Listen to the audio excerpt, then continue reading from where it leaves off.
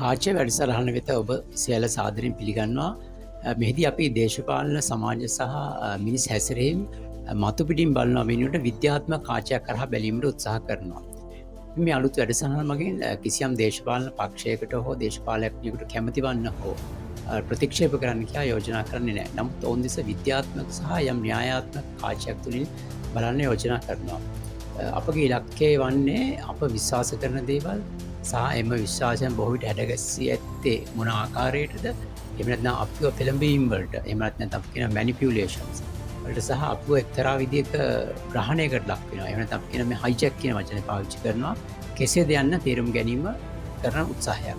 එහිදී මිනිස් මනසේ ගැඹුරු පරිණාමීය යාන්ත්‍රණය තුළින් අපේ එදිනදා ජීවිතයක් දේශපාලන තීරණ ගැනීම, දේශපාලන පක්ෂ වලට කැමති වීම, ඡන්දය පාවිච්චි කිරීම, එහෙම නැත්නම් දේශපාලකයන් සමහර විට වන්දනාමාන කිරීම වැනි තත්ත්වයකට පත් වෙන්නේ කෙසේද කියා යම් ආකාරයක ශාස්ත්‍රීය විග්‍රහයක් කරන්න උත්සාහ කරනවා. සියවස් ගණනාව තිස්සේ මිනිස්සු අපෙන් අහන ප්‍රශ්නයක්, මිනිස්සු තමන්ගෙන් අහන ප්‍රශ්නයක් තමයි අපි කොහොමද දේශපාලන වශයෙන් බෙදී සිටින්නේ? බුද්ධිමත් මිනිසුන් අතාර්කික හෝ ස්වයන් විනාශකාරී තීරණවලට යොමු වෙන්නේ. එකම හොඳ උදාහරණයක් තමයි ජර්මනිය ඇඩ්ලොෆ් හිට්ලර්ගේ පාලනය යටතේ බුද්ධිමත් උගත් අය පවා ඔහුව හිට්ලර්ව අනුගමනය කරලා ඔහුගේ නායකත්වය යටතේ ජීවත් වුණා. එතකොට මේ වගේ තත්ත්වයකට මිනිසා පත් වෙන්නේ කෙසේද කියන පිළිබඳ යම් ආකාරයක විග්‍රහයක් කරනවා. උදාහරණයක් ජර්මනිය ගත්තත් ඒක ලෝකයේ අනිත් රටවල් වලට සම්බන්ධ කරන්න පුළුවන්. පරිණාම මනෝවිද්‍යාවට අනුව පිළිතුර තමයි මනුස්සයා සෑම විටම තාර්කික ජීවියෙක් වෙනවා.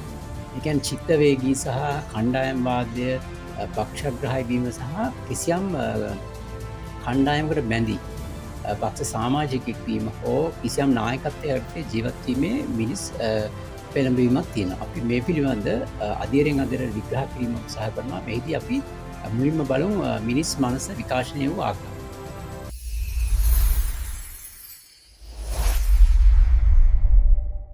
මිනිස් මනස විකාශනය වූ ආකාරය පිළිබඳ විග්‍රහ කරන්න රිචඩ් ඩොකින්ස් කියන විද්‍යාඥයෙක්ගේ ඔහු විසින් ලියන ප්‍රකට පොතක් තියෙනවා සෙල්ෆිෂ් ජීන් කියලා.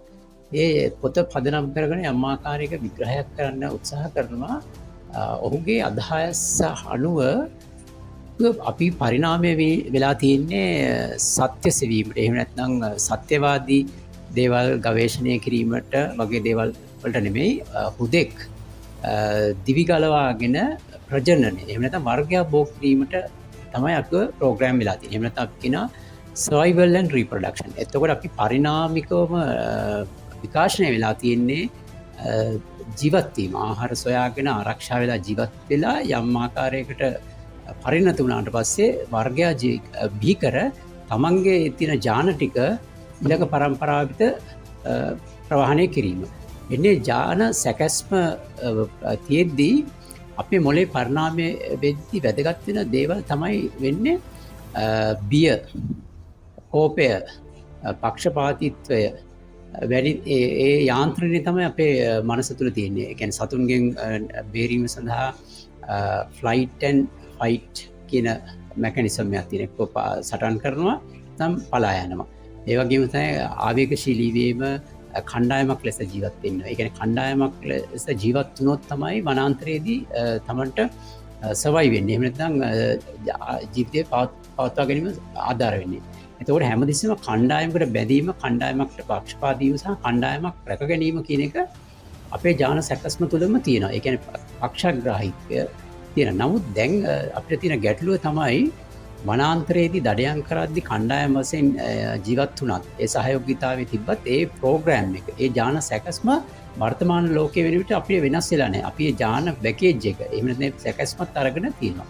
එතකොට මේ වර්තමානයේ වෙන විට අපිට වනාන්තරයේ සිටිය සතුන් හරි කණ්ඩායම වශයෙන් දඩයම් කරලා ආහාර සොයා ගැනීමේ අවශ්‍යතාවයක් නැහැ. මෙන්න මේ නමුත් අපේ ප්‍රෝග්‍රෑම් එක මෙහෙම ක්‍රියාත්මක වෙන හින්දා මේ ක්‍රියාත්මක වෙන ප්‍රෝග්‍රෑම් එක දේශපාලකයන්ට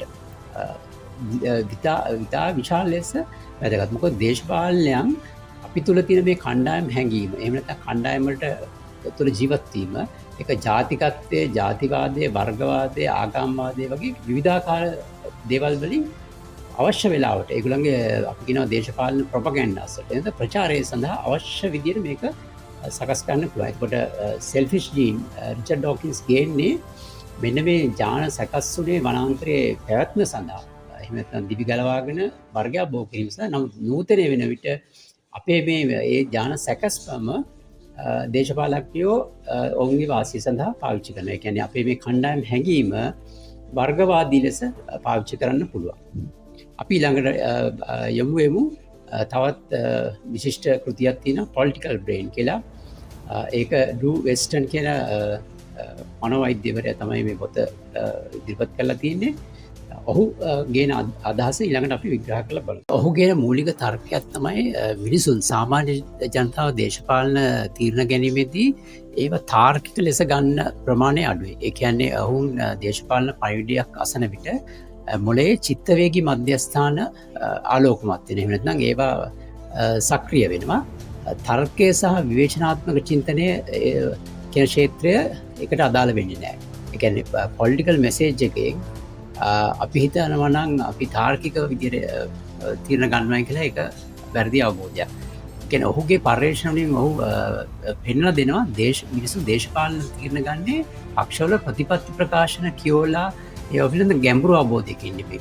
එහෙම නැත්නම් ඇත්තටම වෙන්නේ දේශපාලනයක් කතා කරන විට දේශපාලකයෝ ඊටම දක්ෂයි. ඔවුන් මිනිසුන් තුළ තියෙන බය, සැකය, තමන්ගේ ඉතිහාසය පිළිබඳ තියෙන ආඩම්බරය, තමන්ගේ රට පිළිබඳ තියෙන ආදරය, තමන්ගේ ආගම පිළිබඳ තියෙන කැමැත්ත, ඒ වගේ චිත්තවේගී කොටස් අවුස්සන තමයි කතා. එතකොට දේශපාලන කතා වල හරය බැලුවොත් ප්‍රතිපත්ති ප්‍රකාශන වලට වැඩිය තියෙන්නේ ආගම බේරා ගන්න, ජාතිය බේර ගන්න, මව්බිම බේර ගන්න වගේ පණිවිඩ. එහෙම නැත්නම් අපිට ඊටාම විශිෂ්ට ඉතිහාසයක් තිබ්බා. ඒක ආයි අපි ඉතිහාසය ඉස්සරහට ගෙන්න ඕන කියලා මිනිස් මනසේ සාමාන්‍ය ජනතාවගේ තියෙන මේ චිත්තවේගී මධ්‍යස්ථාන එක්තරා විදිහක ඇවිස්සීමක් තමයි මේ දේශපාලන ප්‍රොපගැන්ඩාවලදී නැත්නම් දේශපාලකයන් කරන කතා වලින් සිදුවෙන්නේ. දැන් ලංකාවේ ඕනම දේශපාලනයක් කතා කරොත් අති බහුතරයක් කතා කරන්නේ හදවතට. එහෙම නැත්නම් මනුස්සයන්ගේ ආවේගවලට.